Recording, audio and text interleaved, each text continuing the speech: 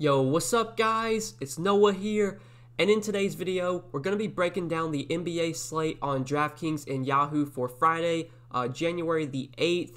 We do have a big Friday night slate, 10 games tonight, and a ton of injury news on this slate. There are so many guys questionable, so many big impactful guys that are questionable right now as I'm recording this video on Thursday night.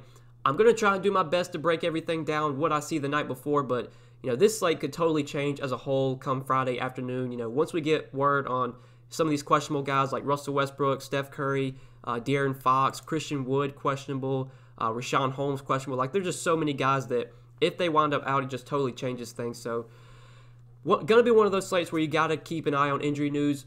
Just a heads up, I will be going live this afternoon. I do plan on live streaming pretty regularly now. I did stream on Monday and Tuesday. I was not able to stream Wednesday or Thursday, but I do plan on going live sometime in the afternoon, probably around 3 to 4 Eastern time. I'll have a post, like a little scheduled stream. You'll see it if you're subscribed to the channel. You'll see the scheduled stream. Most likely going to be probably around 3:30 or 4 Eastern time.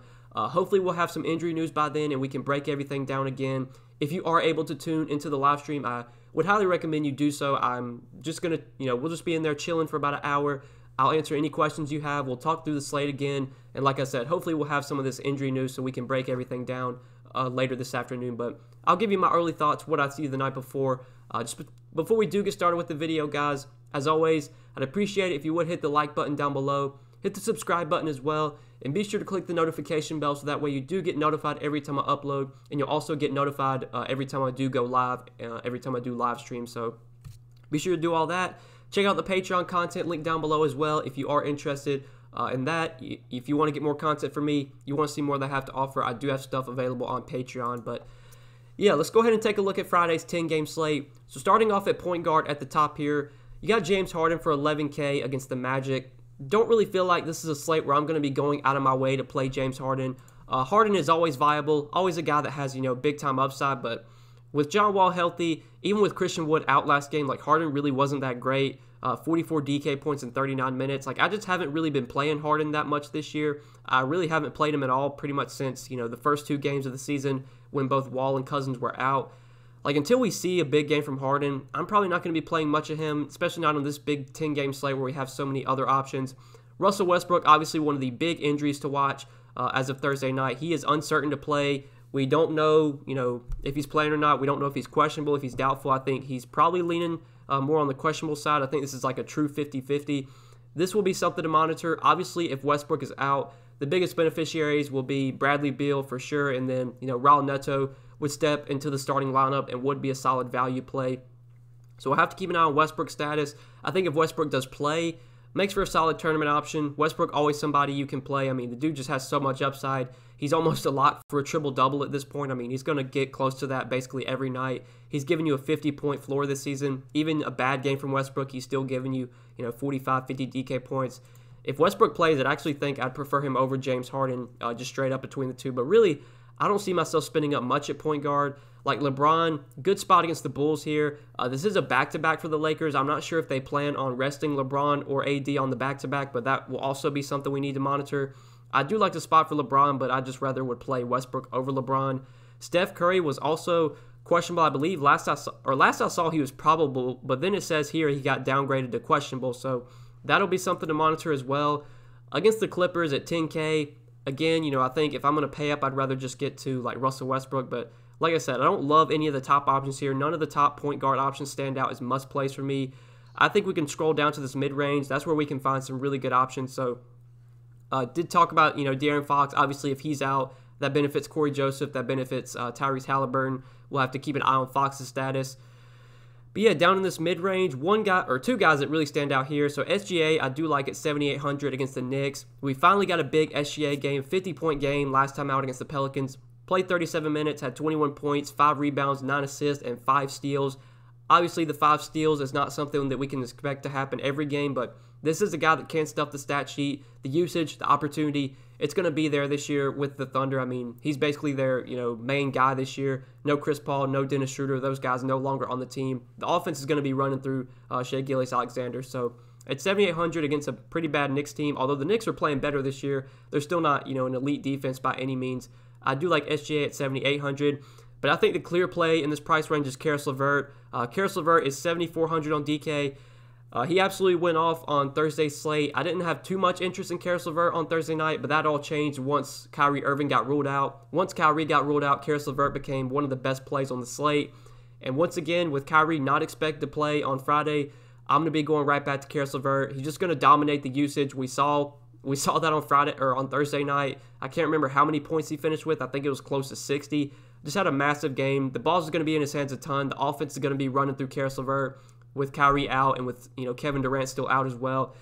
He should probably be like close to 9K. I mean, we're still getting a huge discount on LeVert. So at $7,400 on DK, at $26 on Yahoo, I mean, he is by far one of the top plays on today's slate, and I don't think it's really even close. Had 50 fantasy points in 32 minutes Thursday night against Philly. 22 points, 7 rebounds, 10 assists, and 2 steals. Massive, massive game, and I don't think we should really expect anything different come Friday. I think we'll likely see another 40, 50-point game from Karis LeVert. So he's a top option for me. Other point guards, though, that we could maybe look to, scrolling down, LaMelo Ball is a guy I've been playing a lot recently. His price is rising, though. He's up to $6,500 now. I think there could be a little bit of a narrative here, him going up against his brother, if you want to factor that in. I think LaMelo's in play regardless. Like, the guy's getting the minutes. It was weird to see him only play 24 minutes last game, but I think most games we're probably going to get like 26, 28 minutes from LaMelo off the bench. He's shown he can be a very productive player when he gets minutes. He's a guy that can contribute in all categories, can stuff the stat sheet, can give you points, rebounds, and assists, can get steals as well.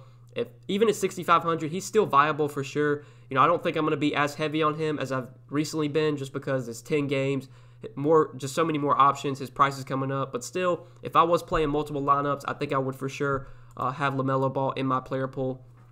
But other guys that we can maybe look to, scrolling down, I mean, not much else stands out in that range. I think Devontae Graham's a little bit too cheap at $5,600. The guy's just been shooting so bad this season, but eventually we're going to have a game where he actually makes some shots, and he's going to put up, 35, 40 DK points. He did have a good game last game against the Hawks, but I think a lot of that had to do with him getting 4 steals. Obviously, we don't expect him to get 4 steals every game, but like I said, he's been shooting so bad this year. He's going to have a game where he knocks down, he starts to get hot, knocks down 40, 50% of his shots. You're going to get a 35, 40-point game from Devontae Graham pretty soon, or 40-plus, I should say. I mean, he did have 38 points last game, but you're going to get that big 40-plus point game from Devontae Graham.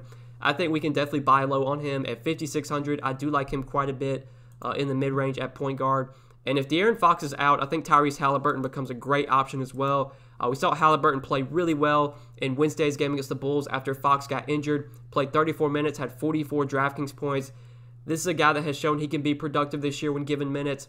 If Fox were to miss, I would just feel even more confident in Halliburton. He should just be even more productive if Fox is, indeed out for this game. So be sure to keep an eye on De'Aaron Fox's status. If he's out, I really, really like Halliburton. He will become a very good play as well in that 5K range. But once we're talking about value plays below 5K, or 5K and below, I should say. So I do want to talk about Cole Anthony. With Markelle Fultz out for the season, I am expecting Cole Anthony, or we've already gotten word that he's going to be their starting point guard rest of the season with Fultz out. He played 32 minutes in their last game against Cleveland after Fultz got injured. Only finished with 18 Draftkings points, but the minutes were there. I think he's pretty much just going to play the Markelle Fultz role. He's going to start and probably play about 30 to 32 minutes a game. At 5K against the Rockets, a pretty good matchup. I mean, Cole Anthony is definitely in play for me on this slate. Now, with him in the starting lineup, I think he definitely is going to lose usage. I don't know if he's going to be as productive in the starting lineup, but he should get way more minutes, and that does make him viable in my opinion. So at 5K, I do have some interest in Cole Anthony as well on this slate. But talking about value plays below 5K, I mean, there really isn't a ton of standout value. I do want to mention Raul Neto, just if Russell Westbrook winds up out and Neto starts for Westbrook, then at $3,900, Neto would be a very solid value. If Fox winds up out and Corey Joseph starts, Corey Joseph, $3,900, would also be a solid value. And I guess if Curry winds up out as well, Curry questionable, if he winds up out and Wanamaker starts, Wanamaker, only $3,300, would be another solid value. So there's just so many question marks right now. I do want to mention all those guys, though, because all 3 of those guys could become potential value plays depending on what happens with Westbrook, Curry, and Fox, with all those guys questionable. But let's go ahead and move on to the shooting guard position. So at shooting guard at the top, we got Bradley Beal for $9,700. This is all dependent on Russell Westbrook's status for me. I think if Westbrook plays, I probably won't be getting to much Bradley Beal today. But if Westbrook is out, I have no problems paying $9,700 for Bradley Beal.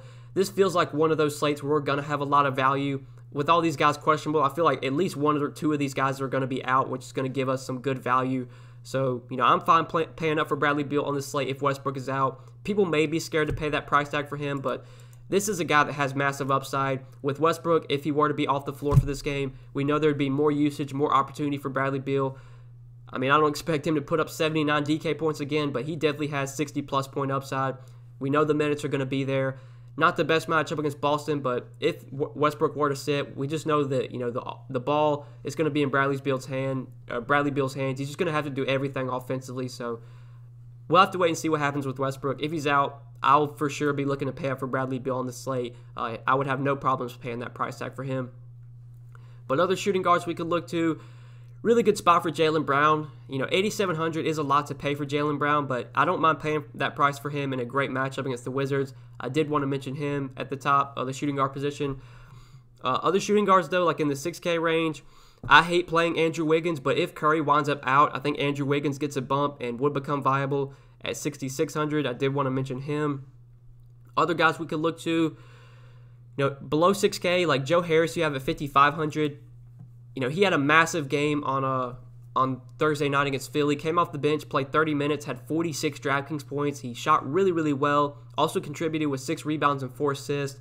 I don't know if we can expect, those kind of numbers from Joe Harris, but with no Kyrie, with no KD, I mean, somebody's going to have to score besides Caris LeVert, and I do expect Joe Harris to be, one of the go-to scoring options for the Nets, whether he starts or whether he comes off the bench.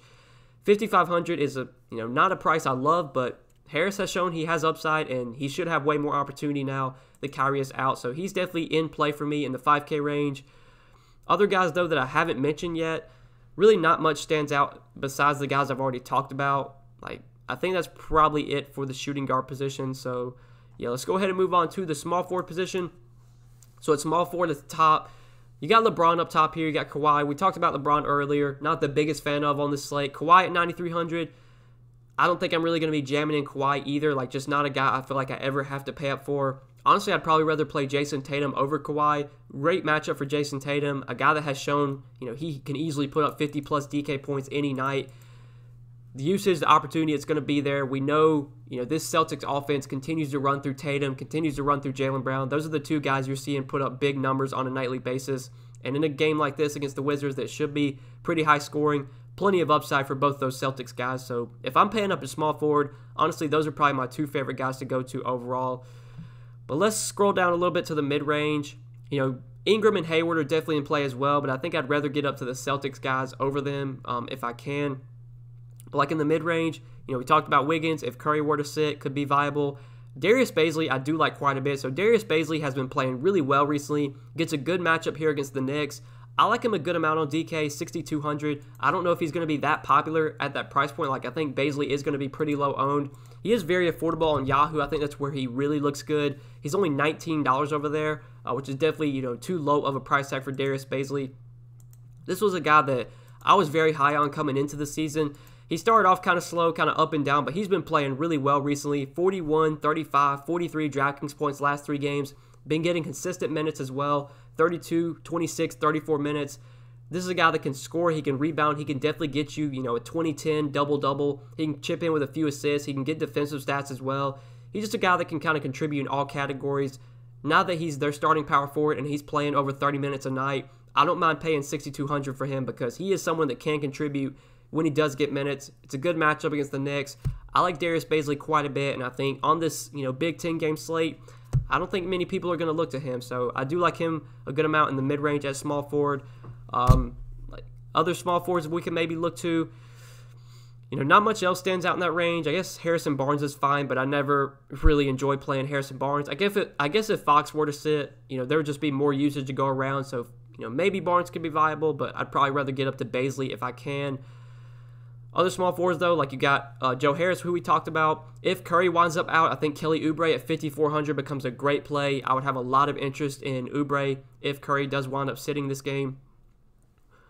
But talking about value plays at small forward, under 5K, I mean, I don't think there's really a ton of value that stands out. Like, you have the Brooklyn guys you could maybe go to, like TLC 3,900, Taurean Prince 3,700. Prince started on Thursday once again in place of KD, had 22 Draftkings points in 22 minutes. You know, his minutes haven't really been high, even when he's been in the starting lineup. So I think even if he does start, we probably only can expect, 20 to 22 minutes, which just really caps his upside. So I probably won't be going to Prince today. TLC came off the bench and actually played really well. Had 24 Draftkings points in 26 minutes. You know, both these guys aren't out of play, but neither of them are top values for me. Like, this is just too big of a slate for me to really want to go to these Brooklyn guys. I have a feeling that, way better value is going to open up as the day goes on. So let's go ahead and move on to the power forward position. I think we covered small forward. At the top of the power forward position, you got Giannis at the top for 10,900. Not the best spot here against the Jazz. Obviously, the Jazz are not a matchup that you really you love targeting, but Giannis is just a guy that I don't care who he's going up against. I just want the game to be competitive. Like, I like to target Giannis when he's going to be, or when he's expected to play in competitive games. I think this is a game against the Jazz that should stay close. We should get 34, 36 minutes from Giannis, and that's when I want to target him. We know the guy's going to be productive on a point-per-minute basis. Nobody in the league is going to stop him one-on-one.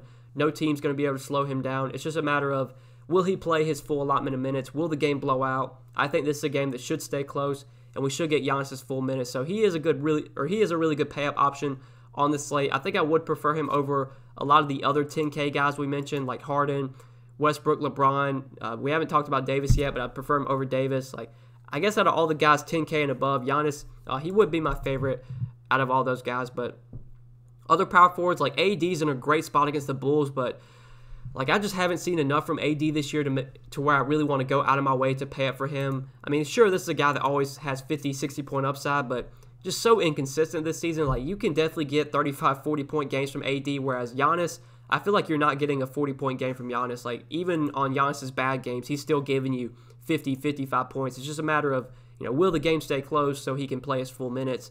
And like I said earlier, I think this is a game that stays close. So I'd prefer Giannis over AD. Julius Randle, he seems really expensive, but the guy has been playing so well this year. 9,800 seems like a lot to pay for Randle, but like I said, I mean, playing so well this year, getting massive minutes, getting like 38 to 40 minutes a night. Such a productive player when he gets minutes. Like, this is a guy that can put up a triple-double any night. Like, he's got massive upside. Against OKC, a team that, is not nearly as good defensively this year as they were last year. I like Julius Randle a lot, and I don't mind paying this price tag for him because this is a guy that has shown he can easily put up 50, 60 Draftkings points basically any night. He is a really good pay-up option at power forward as well. Him and Giannis are definitely my two favorite spend-ups at the top here. But Zion, I do want to talk about, so I do like this spot a lot for Zion. 7,900 on DK. I think that's a little bit too cheap for a matchup against the Hornets. The Hornets are not a good team defensively, especially against big men. They've always struggled to defend big men. This is just a spot where Zion should absolutely go off. Should just be able to feast down low in the paint. It's going to be some combination of PJ Washington, Bismack Biyombo. Those two guys are going to be trying to slow down Giannis, I keep saying Giannis, trying to slow down Zion, and I just don't think they're going to have a chance. So I really like Zion here. He's burned me a lot this season, but this is a spot where I think he can absolutely just put up 45, 50 DK points with ease. We know the minutes are going to be there. He's playing big minutes this year. He's going to get 34, 36 minutes if this game stays close. I like Zion a lot. He's one of my favorite power forwards overall on the slate, and I think with it being such a big slate, you're not going to see him be that popular at all, and he has plenty of upside against this Hornets team that has always struggled to defend big men. So love Zion here at 7,900. Other power forwards, though, that we could maybe look to, I do like Aaron Gordon. His minutes seem to have ramped up recently, getting high 20s in minutes. At some point, he's going to play over 30 minutes. With no Markelle Fultz, should have a little bit more opportunity. Maybe his assist numbers will rise with Fultz off the floor. I do like Aaron Gordon in a good matchup against Houston. I like him at 6,600. Other guys, though, that we could look to, Marvin Bagley, I think, looks pretty good at 5,900, especially if Rashaan Holmes winds up out. They played Bagley 29 minutes last game, which is like the most he's played all season. Had a really big game as well with 46 Draftkings points. Like, this is always a guy that has had upside. It's just that his minutes have kind of been capped this year, which is kind of a question. Like, I don't know why they're playing him so few minutes. This is someone that should be getting over 30 minutes a night. If Holmes winds up out, I do feel a lot better about Bagley. But even if Holmes plays, I think Bagley does have upside. If they're going to give him, more minutes at 5,900, he has shown that he can put up, 40, 45 DK points and be a good play at his price point. So I do like Baisley. I would like him a lot more, though, if, Holmes were to be out. But other power forwards, Brandon Clark, going to start, play 30, 32 minutes at 5,600. Not a terrible option. He's probably going to give you 25 to 30 DraftKings points, sometimes a little bit more than that. I like the matchup against Brooklyn. I don't mind Clark at 5,600, but I think I'd rather get up to Baisley if I can. We talked about Oubre, who I would like a lot if Curry were to be out. Draymond Green would also get a boost if Curry were to be out. He's only 5,100. He would be a solid, cheaper option at power forward. But if we're talking about guys under 5K, if we're looking for value at power forward, right now there's not a ton of standout value. I mean, you have the Brooklyn guys like Jeff Green, Taurean Prince, but neither one of those guys feel like top value plays on this slate. It's just too big of a slate for me to want to, go heavy on those guys. So I think that's probably it for power forward. Let's go ahead, move on to the center position. We will talk about center real quick before we do end the video. So at center at the top, looking for guys I haven't talked about yet. Like you got Vooch at 9K, who I do like in this matchup against Houston, but I think 9K, a little bit hefty of a price tag for Vooch. If I can find the $800, I would much rather play Julius Randle. I like the spot for Vooch, but I just don't know if I'm really going to be going out of my way to pay up for him on this slate. Scrolling down, though, in the mid-range, so Christian Wood, big question mark. If he's out, we know who benefits there. It'll be DeMarcus Cousins, once again, be a guy worth considering. But like in this mid-range, I really like Jonas Valanciunas. 7,200 against Brooklyn, I just think is too low of a price tag for this matchup. Brooklyn, always been a team I've looked to attack with opposing big men, especially with a guy like Valanciunas who can just, dominate down low, is a guy that can, fight for boards. We saw him have a big game earlier this year against Brooklyn. 39 minutes. It went to overtime, but 39 minutes, 43 DK points. Like 7,200 is too low of a price for a guy like Valanciunas who can put up 40, 50 DK points any night. One of the best matchups you can get is centers against Brooklyn. So I like Joe Val a lot at 7,200. Gives you some positive correlation as well in your Karis LeVert lineups if you're looking for a run back option. If I'm playing anyone from Memphis today, it's for sure going to be Valanciunas. So I like him a ton in the 7K range. I like Jared Allen as well at 6,800. His price is starting to rise, but the minutes are there now. He started again on Thursday night, and it seems like he's going to remain in the starting lineup rest of season. With him starting, I feel pretty confident he gets around 30 minutes a night, and this is a guy that can average over a fantasy point per minute, can be very productive when he does get minutes. So I do like him quite a bit at 6,800. Wish he was a little bit cheaper, but still I think Jared Allen is definitely in play on the slate. Rashaan Holmes is a big question mark. If he were to be out, that would benefit Marvin Bagley. That would also benefit Hassan Whiteside, who we'll talk about in a little bit. If Whiteside were to start, he would be an amazing value on this slate. But other centers, I do want to talk about Mitchell Robinson. So Mitchell Robinson has been getting big minutes recently. It seems like Thibodeau is going to give his starters big minutes like this entire season. They've been running a really tight rotation recently, and I think that's going to continue here. I mean, he played 41 minutes last game, and while I don't know if we can get 41 minutes from Robinson, it seems like he's going to play over 30 minutes a night as long as he's not in foul trouble and as long as the game stays close. Foul trouble is always a concern with Robinson, but he's such a productive player on a point-per-minute basis that at 5,700, that's too low of a price tag for Robinson if he's going to be playing, these heavy minutes that he's been getting recently. I like him a lot on this slate. I like him a lot on both sides. He definitely stands out in that 5K range. Now, obviously, we could have some value open up. Like, if Christian Wood winds up out, that'll probably make DeMarcus Cousins a better play, and I would prefer Cousins over Robinson. If Holmes winds up out and Whiteside starts, that would open up Whiteside as a value. So this is all dependent on what happens at this position with the injuries, if Holmes and Wood wind up out. But for now, since we don't know their status yet, I do like Robinson as sort of a go-to mid-range option at the center position. But scrolling down, looking for other options. So obviously, if Christian Wood winds up out again, DeMarcus Cousins, even at 5,100, would be a top play on this slate. We saw Cousins only play 23 minutes with Wood out last game, but he still had 40 DraftKings points. Like, Cousins is still such a productive player when he gets minutes. He hasn't seemed to really tailed off much. I mean, he's still going to be a fantasy monster as long as he gets playing time. And if Wood were to sit again, I would assume we get probably 24, 25 minutes from Cousins. He can easily put up 35, 40 DK points in that time. And at 5,100, he is still way too cheap today if Christian Wood does wind up out. But lastly, I do want to talk about Hassan Whiteside. So Whiteside is insanely cheap. He's 3,200 on DraftKings. We don't know the status yet of Rashaan Holmes, but if Rashaan Holmes winds up out and Whiteside starts, Whiteside will probably be one of the best value plays on the slate, and that doesn't even factor in any other value that could open up. Whiteside, if he is going to get even 20 minutes at 3,200, would be a top value play. And there's a chance that if he starts for Holmes, he might get 25, closer to 30 minutes. So keep an eye on the status of Rashaan Holmes. If he winds up out and Whiteside starts, just play as much Whiteside as you want. I mean, he'd be a top value play overall. But yeah, guys, I think that's it for center. I think we covered everything for today's 10-game slate. Obviously, so many question marks right now as of Thursday night. Hopefully, throughout the day, Friday, we'll get some more updates on these injuries. I'll be able to break everything down once again on the live stream Friday afternoon. So if you're able to tune into the live stream, I would appreciate it if you would tune in. I think it would be beneficial for you because I'm pretty much giving out free information. I'll answer all your questions. So check out the live stream later this afternoon. Hope you guys did enjoy this video, though. Hit the like button, hit the subscribe button, click that notification bell so that way you do get notified every time I upload, and you do get notified when I go live as well. Check out the Patreon content link down below if that does interest you, and best of luck on the slate, guys. Thanks for watching. We will see you in the next one. Peace.